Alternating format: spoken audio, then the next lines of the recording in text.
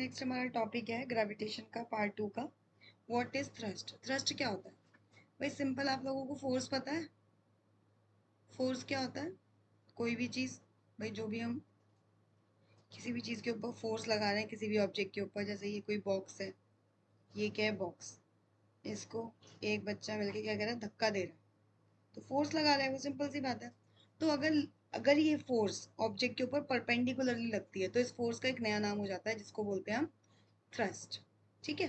जैसे कोई भी चीज़ है, ये क्या है? कोई दीवार है, इसके ऊपर ऐसे आप क्या लगा रहे हो? फोर्स लगा रहे हो, तो ये 90 डिग्री का ही तो एंगल बना रही है, तो ये क्या हुआ? फोर्स। सिमिलरली ये क्या है? ये सरफेस है, ऐसे हम फोर्स लगा रहे हैं, तो ये भी क्या हुआ? फोर्स। अब इन्हीं दोनों फोर्सेस का नाम क्या है? थ्रस्ट, क्योंकि यहाँ भी 90 डिग्री, यहाँ भी 90 डिग्री। परपेंडिकुलर का मतलब क्या होता है? 90 डिग्री एंगल। तो आपका परपेंडिकुलर फोर्स को हम बोलते हैं थ्रस्ट। ये क्या होती है? Net force acting in particular direction, मतलब ये पर्टिकुलर डायरेक्शन के अकॉर्डिंगली है, परपेंडिकुलर होनी चाहिए, तभी इसको हम थ्रस्ट बोलेंगे। और ये हमेशा परपेंडिकुलर होनी चाहिए सरफेस के।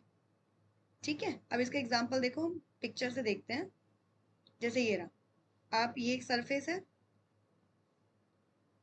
आप इसके ऊपर खड़े हो। सरफेस कैसा है? हॉरिजॉन्टल। आप वर्टिकली खड़े हो, ये आप खड़े हो ना, तो कैसा एंगल बन रहा है? 90 डिग्री। अगेन दिस इज आप थ्रस्ट। ओके, नेक्स्ट देखेंगे। थ्रस्ट का फॉर्मूला क्या है भाई? थ्रस्ट कुछ नया तो है नहीं।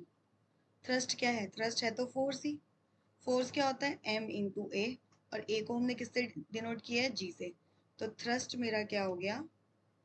m इंटू जी। ठीक है? या फिर m इंटू ए, या फिर फोर्स, सेम ही चीज़ है। तो इसकी और यूनिट क्या होगी? इसकी यूनिट होगी न्यूटन, क्योंकि फोर्स की यूनिट क्या होती है? न्यूटन। अब एक चीज़ आपको ध्यान रखनी है, थ्रस्ट हो गया, फोर्स हो गया, और वेट हो गया, तीनों ही क्या है? तीनों ही फोर्सेस हैं, और तीनों की ही ऐसा यूनिट क्या है? न्यूटन। ठीक है? याद रखनी है चीज। नेक्स्ट है आपका प्रेशर। प्रेशर क्या होता है? It is force per unit area. एक यूनिट एरिया के ऊपर कितनी फोर्स लग रही है उसको बोलते हैं हम प्रेशर। और ये इंपॉर्टेंट है कि जितना कम एरिया उतना ज्यादा प्रेशर, जितना ज्यादा एरिया उतना कम प्रेशर। इसकी ऐसा यूनिट होती है पास्कल, जिसको हम कैपिटल पी स्मॉल ए इसे डिनोट करते हैं, या फिर न्यूटन पर मीटर स्क्वायर से भी करते हैं। तो परपेंडिकुलर क्या, सॉरी, प्रेशर क्या हो गया? Force upon area. फोर्स क्या होता है? थ्रस्ट होता है, तो थ्रस्ट अपॉन एरिया। ये भी लिख सकते हैं। और ये जो याद रखने की चीज़ है, क्योंकि जितने भी आपसे रीजनिंग वाले क्वेश्चन आते हैं ना, कि हम हील्स पहन के कभी भी सैंड में क्यों नहीं चल पाते हैं, कैमल के जो फुट होते हैं वो कैसे होते हैं, ऐसे क्यों होते हैं, ये सब चीज़ें आप इसी से एक्सप्लेन करते हो। अब देखिए, प्रेशर इन फ्लूइड्स। तीन तरीके के मैटर है, हमने पढ़े थे चैप्टर 1 ऑफ साइंस में, मैटर इन अवर सराउंडिंग में, सॉलिड, लिक्विड और गैस। अब ये दोनों जो लिक्विड और गैस हैं, ये क्या होते हैं? फ्लूइड होते हैं। अब हम प्रेशर पढ़ेंगे फ्लूइड के अंदर, मतलब लिक्विड और गैस में किस तरीके से प्रेशर अप्लाई होता है। दो तीन तरीके की फॉर्म है इन दोनों के अकॉर्डिंग। ठीक है? क्या फ्लूइड्स प्रेशर एक्सर्ट करते हैं? हाँ, करते हैं। इवन सॉलिड्स भी करते हैं। Just like solid have weight and exert pressure, similarly fluid में के अंदर भी क्या होता है? वेट होता है, और वो भी क्या लगाते हैं? प्रेशर लगाते हैं। जैसे हमने क्या किया हमने कोई बलून लिया, जैसे हम होली में खेलते हैं ना, क्या करते हैं? बलून के अंदर पानी भरते हैं, तो क्या भरा? लिक्विड भरा, तो उससे क्या हुआ? बल्ज आउट हुआ, फूल गया। इससे क्या पता चला? हमें प्रेशर लग रहा है वाटर पे। सिमिलरली जब हम बलून बर्थडे के लिए फुलाते हैं ना, उसमें क्या भरते हैं? एयर भरते हैं। वो कैसा होता है? वो भी बल्ज आउट हो जाता है, तो उसको भी क्या बोलते हैं हम? प्रेशर। प्रेशर का फॉर्मूला हमें पता चली गया, फोर्स अपॉन एरिया। अब ये आपके कुछ एग्जाम्पल्स हैं। जो स्कूल बैग्स होते हैं, इनके जो ये स्ट्रैप होते हैं, ये वाइड क्यों होते हैं? पतले क्यों नहीं होते? Because pressure is inversely proportion to area in contact. जितना ज्यादा एरिया होगा, ये कोई बच्चा है, ठीक है, कैसा भी है आप समझ जाओ, ठीक है, ये इसका बैग है। अब जितना ज्यादा एरिया होगा, जितना वाइड होगा, उससे उतना ही कम उसको प्रेशर फील होगा। ठीक है? क्योंकि प्रेशर क्या है? Inversely proportional to area. कुछ भी समझ ना आए, एटलीस्ट आप इतना लिखाएंगे that pressure is inversely proportional to area, that's why. फिर आप पूरी वो वाली लिख देंगे। ठीक है? नेक्स्ट है आपका sharp knife. Sharp knife blunt knife से ज्यादा अच्छा कट करता है, सेम रीजन है, because pressure is inversely proportional to area. ठीक है? ये पूरा आप नोट डाउन कर लेंगे। आगे देखते हैं। Pressure on ground is more when we were walking than we are standing. ये क्या है? ग्राउंड है। एक तो है हम कि हम खड़े हुए हैं, एक है कि हम कॉन्टिन्यूसली क्या कर रहे हैं? चल रहे हैं। जब चल रहे हैं तो एक पैर तो ग्राउंड पे और एक पैर क्या है? एयर में है। तो एरिया ज्यादा किस में हुआ? जब हम स्टैंडिंग है, एरिया ज्यादा हुआ तो प्रेशर यहाँ पे क्या हो जाएगा? कम। और यहाँ पर क्या है? एरिया कम, तो प्रेशर हो जाएगा ज्यादा। Area in contact with ground is more when we are standing than when we are walking. क्योंकि जब हम खड़े होते हैं तो हमारे दोनों पैर कांटेक्ट में होते हैं ग्राउंड से, बट जब हम चल रहे होते हैं तो सिर्फ हमारा एक पैर ही ग्राउंड के कांटेक्ट में होता है, दूसरा पैर कहाँ होता है? हवा में। ठीक है। Next, depression is much more when a man stands on a cushion than when he lies. Cushion मतलब आप लोग जो सोफा के ऊपर लगाते हो ना, कुशन। डिप्रेशन मतलब ये दिमाग वाला डिप्रेशन नहीं। कुशन मतलब जैसे आप कुशन के ऊपर कुछ भी चीज को नहीं रखते हो, हाथ रखते हो तो वो क्या अंदर धस जाता है ना, वो वाले डिप्रेशन की बात कर रहे हैं, जैसे अंदर को हो जाता है। तो अगर हम उसके ऊपर खड़े होंगे तो ज्यादा प्रेशर लगेगा, और जब हम उसके ऊपर लेट जाएंगे तो कम प्रेशर लगेगा। क्यों? क्योंकि जब हम खड़े हुए, सपोज इसके ऊपर खड़े हो गए, तो एरिया इन कांटेक्ट क्या है? कम है। लेकिन सेम के ऊपर अगर हम लेट गए तो पूरी बॉडी कांटेक्ट में है ना, तो यहाँ पे एरिया क्या है? कम, तो प्रेशर है ज्यादा। एरिया है ज्यादा तो प्रेशर है कम। ठीक है। ट्रैक्टर्स के ब्रॉड टायर्स क्यों होते हैं? क्योंकि ट्रैक्टर को रोड से ज्यादा कहाँ चलना होता है? ग्राउंड्स में, या फिर जो भी ऑफ रोड होती हैं, अच्छी जगह, मतलब अच्छा सा रोड नहीं होता वहां भी उनका काम होता है। इसलिए उनके टायर, ताकि अंदर सिंक ना हो जाए, अंदर धस ना जाए, बहुत ज्यादा प्रेशर ना लगाएं। इस वजह से क्या होता है? टायर्स के, सॉरी, ट्रैक्टर्स के ब्रॉड टायर होते हैं। ठीक है। नेक्स्ट देखते हैं, व्हाट इज बायंसी। बायंसी क्या होता है? कोई भी चीज जब हम उसको पानी में रख देंगे, कोई भी बॉल है, सपोज बॉल है, यही वाला मैं एग्जांपल दे रही हूँ, इसको मैंने क्या रखा? ये पानी में रख दिया, तो नीचे तो इसमें क्या लग रही है? ग्रेविटी लग रही है, और एक अपवर्ड फोर्स लगाता है लिक्विड, जिसको बोलते हैं buoyancy. When an object is placed in liquid, it exert an upward force on object, जिसकी वजह से ऑब्जेक्ट को कैसा फील होता है? लाइटर, बहुत हल्का फील होता है। जब हम स्विमिंग पूल में जाते हैं, अंदर जाते हैं, तो हमें भी हल्का हल्का बॉडी का वेट कैसा? कम फील होता है, क्योंकि जो लिक्विड है वो भी हमारे ऊपर एक फोर्स लगा रहा है अपवर्ड डायरेक्शन में। ठीक है। जैसे when a bucket of water is immersed in water, it appears lighter। हमने एक बड़ी बकेट के अंदर छोटे बकेट में भरा हुआ पानी रखा, तो हमें कैसा लगेगा? कि वो हल्का हो रहा है। और जब हम उसको निकालेंगे पानी से, तो हमें फिर नॉर्मल, उसका जो भी जितना हैवी है वो वैसे ही लगेगा, because upward force exerted on bucket of water. इस फोर्स को क्या बोलते हैं? बायंसी। सिमिलरली जब हम स्विमिंग, मैं बताया था ना, when we swim in a pool we feel lighter than when we come out, तो हमें नॉर्मल फील होता है, क्योंकि अगेन अपवर्ड फोर्स एक्सर्ट हो रही है ड्यू टू वाटर, जिसको बोलते हैं बायंसी। नेक्स्ट है, किस वजह से बायंसी होती है? तो इट इज वेरी इंपॉर्टेंट, पता होना चाहिए। न्यूटन का थर्ड लॉ। न्यूटन के थर्ड लॉ ने क्या कहा था? Every action has equal and opposite reaction. जब कोई भी ऑब्जेक्ट, ये पानी है, वाटर में इमर्ज हो रहा है, मतलब डूब रहा है, ठीक है, तो ग्रेविटेशनल पुल की वजह से एक फोर्स नीचे लग रही है, तो उसके ऑपोजिट फोर्स एक ऊपर लग रही है, जिसको बोलते हैं बायंसी। ठीक है, जिसकी वजह से वो ऑब्जेक्ट ऊपर जाता है। बायंसी भी बोलते हैं, अप थ्रस्ट भी बोलते हैं। इस अपवर्ड फोर्स को, जो भी फोर्स अपवर्ड डायरेक्शन में, उसको बोलते हैं अप थ्रस्ट। थ्रस्ट क्या होता है? परपेंडिकुलर, और अब वो अपवर्ड डायरेक्शन में है तो अप थ्रस्ट। नेक्स्ट देखिए, अपथ्रस्ट होता क्या है? Thrust is the force applied on an object in perpendicular direction. Thrust perpendicular direction होती है, लेकिन अपथ्रस्ट क्या है? Force applied on object in upward direction. Upward direction में है तो क्या बन गया ये? अपथ्रस्ट। परपेंडिकुलर डायरेक्शन में है तो क्या हो गया? थ्रस्ट। तो डोंट गेट कंफ्यूज, अपथ्रस्ट में सामने ही अप लिखा है, तो कोई कंफ्यूजन की चीज नहीं है। डेंसिटी क्या होती है और रिलेटिव डेंसिटी क्या होती है? डेंसिटी सबसे पहले क्या होती है? डेंसिटी होता है मास अपॉन वॉल्यूम। जैसे आप इसको कैसे समझ सकते हो? आई, एक तरफ मैंने एक बॉटल में आपको वाटर दे दिया, एक बॉटल में आपको दे दिया ऑयल। भाई किसके मॉलिक्यूल्स बहुत ज्यादा पास में? ऑयल के। तो ज्यादा डेंसिटी किसकी है? ऑयल की। वाटर की क्या है? कम। नॉर्मल सेम अमाउंट लिया हमने इनका। तो रिलेटिव डेंसिटी क्या होती है? Ratio of density of an object to density of water. जब वाटर की डेंसिटी के रिस्पेक्ट में हम रेशियो निकाल रहे हैं, तो उसको बोलते हैं रिलेटिव डेंसिटी। ठीक है। जैसे आयरन की डेंसिटी दी हुई है और पानी की डेंसिटी दी हुई है, हमने डिवाइड किया, तो हमारा रिलेटिव डेंसिटी किसकी आ गई? आयरन की। कोई दिक्कत? छोटी छोटी चीजें अच्छे से समझेंगे तो याद रहेंगे. It is very interesting topic. Why do some object sink in water? कुछ ऑब्जेक्ट डूब क्यों जाते हैं? सोचते होगे ना आपकी, कुछ चीजें डूब जाती हैं, कुछ चीजें तैर जाती हैं. The object sink in water because जो बाइंड फोर्स है वो कम है than the force exerted due to weight. भाई कोई भी चीज, मैंने क्या बोला था आपको कि पानी में जा रही है बेटा, ये नीचे फोर्स लगा रही है, कुछ ऊपर फोर्स लग रही है, ऊपर फोर्स बायंसी है.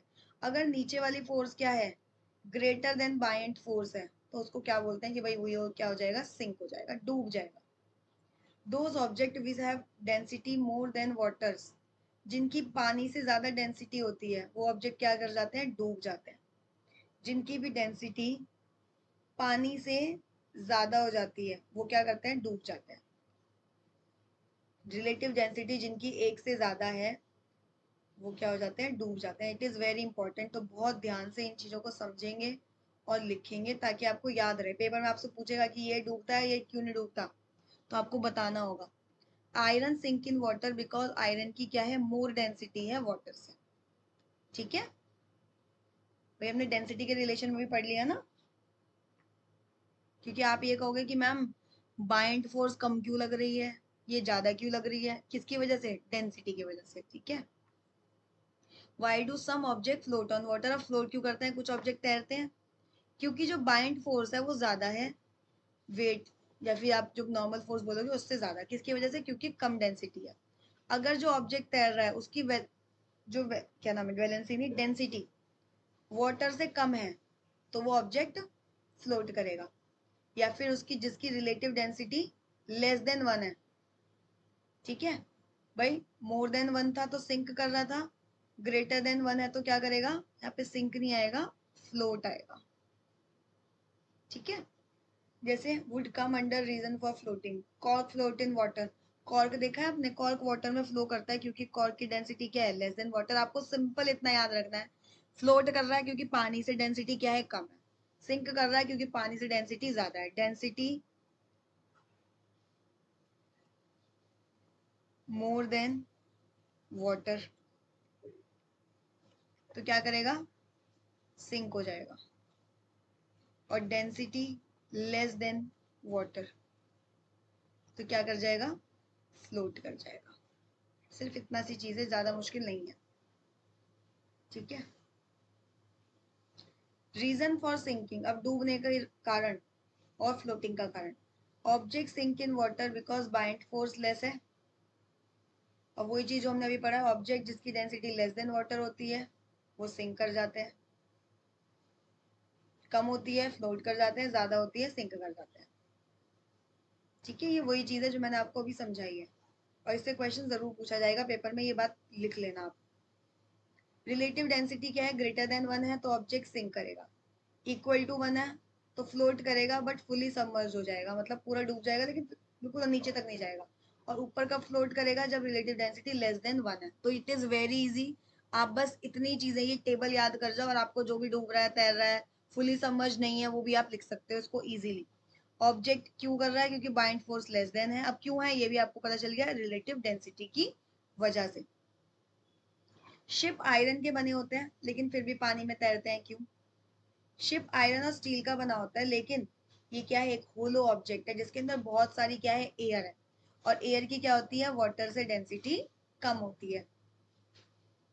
ठीक है. तो फिर क्या हो गया, वो फ्लोट कर गया. भाई आपने कहा कि मैम शिप जो है, सपोज बोट समझ लो, शिप समझ लो, जो मर्जी समझ लो, ये फ्लोट क्यों कर रहा है, फ्लोट कर रहा है वाई, क्योंकि ये तो आयरन का बना हुआ है या फिर स्टील का बना हुआ है और उनकी डेंसिटी तो ज्यादा है. लेकिन हमने क्या कहा कि भाई वो बना तो हुआ है लेकिन वो कैसा है, अंदर से खोखला है, होलो है. और होलो के अंदर क्या है, बहुत सारी एयर है. और एयर की जो डेंसिटी है वो कैसी है, लेस देन वाटर है, वाटर की डेंसिटी से एयर की डेंसिटी. तो इस वजह से वो क्या करता है, फ्लोट करता है. अगर इसी छेद में, इसी शिप में छेद हो गया, पानी अंदर आ गया तो पानी भर गया ना अंदर, तो सिंक कर जाएगा. आर्किमिडीज प्रिंसिपल पढ़ेंगे. तो पहले तो ये बताओ आर्किमिडीज था कौन. आर्किमिडीज एक ग्रीक साइंटिस्ट था जिसने बायंसी को डिस्कवर किया. अब आर्किमिडीज प्रिंसिपल क्या है, आर्किमिडीज प्रिंसिपल के अकॉर्डिंग जब भी कोई ऑब्जेक्ट को हम इमर्ज करते हैं फ्लूइड में, किसी भी फ्लूइड में पार्शियली और फुली, वो अपवर्ड फोर्स को एक्सपीरियंस करता है। और ये जो अपवर्ड फोर्स है वो किसके इक्वल होती है? Equal to weight of fluid displaced by the object. मतलब हमने क्या किया, पानी है ये रहा, ठीक है, किसी भी ऑब्जेक्ट को इमर्ज किया, आधा या पूरा, कितना, फुली या पार्शियली, अपवर्ड फोर्स लग रही है, हमें पता है कि बायंसी लग रही है, समझ में आ गया मैम। अब इसके बाद वो क्या कह रहा है, जो अपवर्ड फोर्स है वो किसके इक्वल होती है? जितना फ्लूइड उसने डिस्प्लेस करा है, जितनी जगह उसने लिया है। जैसे पानी में आया तो पानी को हटाया होगा ना अपनी जगह से इसने, तो जितना वेट ऑफ फ्लूइड डिस्प्लेस किया है उसके अकॉर्डिंगली क्या लगती है? अपवर्ड फोर्स लगती है। जैसे सपोज हमने एक पानी लिया, ऊपर तक भर दिया, जब हमने उसके अंदर एक कॉइन डाला तो पानी नीचे आएगा ना, तो वाटर डिस्प्लेस इतना होगा। तो आर्किमिडीज प्रिंसिपल के अकॉर्डिंग जो बाइंड फोर्स लग रही है कॉइन के ऊपर, वो किसके कितनी लग रही है? Quantity of water. भाई ये ग्लास है आपका, ठीक है, ये इसके अंदर पानी, ब्लू कलर का पानी भर दिया, ऊपर तक पानी भर दिया, समझ गए? पूरी ड्राइंग करने की जरूरत है नहीं है। ऊपर तक पानी भरा हुआ है, इसके अंदर हमने डाला एक कॉइन, इसके अंदर डाला, तो सारा पानी कैसे आ गया? सारा नहीं, सॉरी, थोड़ा थोड़ा पानी बाहर आएगा, ऐसे पानी की बूंदे नीचे गिर जाएंगी, ठीक है। तो कितनी अपवर्ड फोर्स लग रही होगी? अपवर्ड फोर्स उतनी ही लगेगी जितना वाटर उसने डिस्प्लेस किया है, जितना weight of water. Bind force constant रहती है जब ऑब्जेक्ट फुली इमर्ज हो गया पानी में। सपोज हमने एक रॉक लिया, उसको एक स्ट्रेचेबल रिंग से अटैच किया, तो वो कितना इलोंगेट होगा? We immerse string in beaker containing जी वाटर, इलोंगेशन डिक्रीज होगी क्योंकि बाइंड फोर्स क्या हो रही है? ज्यादा हो रही है, ठीक है। यहाँ देखो, ये आपका पत्थर है, ये हमने इससे बांधा, तो elongation decreases more and more. जितना ज्यादा हम पानी में डुबाएंगे, मतलब जितना ज्यादा पानी के अंदर डुबाएंगे इसको, इलोंगेशन क्या होगी? लेस हो जाएगी। और बाहर रखेंगे तो क्या होगी? ज्यादा होगी। ये देखो, एयर में है तो इसकी लेंथ क्या है? ज्यादा है। वाटर में है तो इसकी लेंथ क्या है? Different uses of Archimedes principal. अब ये चीज तो समझ में आ गई ना कि क्यों है, क्योंकि इसके ऊपर कोई अपवर्ड फोर्स तो लगी नहीं रही, सिर्फ नीचे की फोर्स लग रही है। लेकिन जब पानी में है तो अपवर्ड फोर्स भी लग रही है, बायंस फोर्स। अब जो इंपॉर्टेंट यूजेस है आर्किमिडीज प्रिंसिपल में, वो डिजाइन और मैन्युफैक्चरिंग में हेल्प करता है, किसकी? शिप और सबमरीन्स की। लैक्टोमीटर बनाने में हेल्प करता है, डिवाइस टू टेस्ट प्योरिटी और सैंपल ऑफ मिल्क। और हाइड्रोमीटर, जो कि डेंसिटी चेक करता है डिफरेंट लिक्विड्स की। बायंसी को अफेक्ट कौन से फैक्टर्स करते हैं? एक डेंसिटी का लिक्विड, और वॉल्यूम ऑफ सॉलिड इमर्ज, कितना उसका क्या वॉल्यूम है। लिक्विड की डेंसिटी, जितना ज्यादा लिक्विड होगा उतनी ज्यादा बायंड फोर्स होगी। ये जितनी भी चीजें मैं अंडरलाइन कर रही हूँ, ये एटलीस्ट आप बहुत अच्छे से पढ़ लेंगे, कल एग्जाम है तो उन्हें अच्छे से याद कर लेंगे, कल नहीं भी है तो भी याद कर लेंगे। सी वाटर के अंदर ज्यादा बायंसी होती है देन फ्रेश वाटर। क्यों? क्योंकि सी वाटर की ज्यादा डेंसिटी होती है, क्योंकि उसके अंदर बहुत सारे सॉल्ट होते हैं। Very important. जो भी बच्चे कहते हैं ना कि हमारा पेपर कहीं से भी आता है, कहीं से भी नहीं आता, आप छोटी छोटी चीजों को छोड़ देते हो। बाइंड फोर्स इंक्रीज होती है जब हम इंक्रीज करते हैं वॉल्यूम ऑफ सॉलिड वाटर में जितना इमर्ज है। अगर हम, if we immerse some only part of solid in water, it show less buoyancy. If we increase solid immerse, it will show more buoyancy. अब देखो, कैपिटल जी की value अर्थ पे क्या है? 6.67। मून पे क्या है? सेम ही तो है भाई, पूरे यूनिवर्स में सेम है, तो मून कौन सा कहीं और का है, ठीक है। Which force is responsible for moon, किस कौन सी फोर्स के अकॉर्डिंगली? ग्रेविटेशनल फोर्स के according. Does the acceleration produce in a freely falling body depend on the mass, क्या वो मास के ऊपर डिपेंड करती है? Acceleration of freely falling body किसके है? जी के according. This expression is due to gravity, ये दिया हुआ है। नेक्स्ट है, नेम द साइंटिस्ट जिसने मोशन ऑफ प्लैनेट्स को एक्सप्लेन किया है। केपलर लॉ, आपके एनसीईआरटी में दिया नहीं हुआ, आप सिर्फ इतना याद रखेंगे, मोशन ऑफ प्लैनेट्स को किसने एक्सप्लेन किया है? केपलर ने। तो केपलर्स का लॉ, ठीक है, सेम वही केपलर का ही है। ये अगर आपके में आता है तो आप ये तीनों पॉइंट्स लर्न कर लेंगे। केपलर कौन था जिसने हमें मोशन ऑफ प्लैनेट्स के बारे में बताया है, और क्या क्या उसने बताया? उसने कहा है सारे के सारे प्लैनेट्स इलिप्टिकल ऑर्बिट में, मतलब गोल ऑर्बिट में नहीं, ऐसे इलिप्स फॉर्म में घूमते हैं। रेडियस वेक्टर, तो आप ये तीनों चीजें याद कर लीजिएगा, बुक में नहीं है और आने की भी चांसेस बहुत कम है, ये कट चुका है। What is the acceleration produce in a freely falling body, जिसके अंदर 10 kg मास है, तो 10 kg बॉडी है, वो किसके कितना होगा 9.8। तो एक्सेलरेशन मास के ऊपर डिपेंड नहीं करता, वेट करता है। When an object is dropped from height, वो एक्सेलरेट करता है जब नीचे आता है, किस वजह से आता है वो नीचे, बताओ बताओ, ग्रेविटेशनल फोर्स ऑफ अर्थ की वजह से। कौन से टाइप ऑफ फोर्स इन्वॉल्व है इन फॉर्मेशन ऑफ टाइड्स, पढ़ा था हमने, ग्रेविटेशनल फोर्स। कौन सी फोर्स रिस्पॉन्सिबल है सोलर सिस्टम को एक साथ रखने में, कोई भी प्लेनेट उड़ के कहीं और क्यों नहीं चला जाता, gravitational force. What is the weight of 1 kg mass of an earth, तो एम क्या होता है, सॉरी वेट पूछा है, W is equals to M into G, M one दिया हुआ है, जी इतना है, तो 9.8 न्यूटन वेट, वेट में केजी मत लगा के ना कोई भी, ठीक है। किन फैक्टर्स के ऊपर वेट ऑफ बॉडी डिपेंड है, मास इसके डायरेक्टली प्रोपोर्शनल है, और एक्सेलरेशन ड्यू टू ग्रेविटी के ऊपर भी डिपेंडेंट है, क्योंकि वो प्लेस टू प्लेस क्या करता है, वैरी।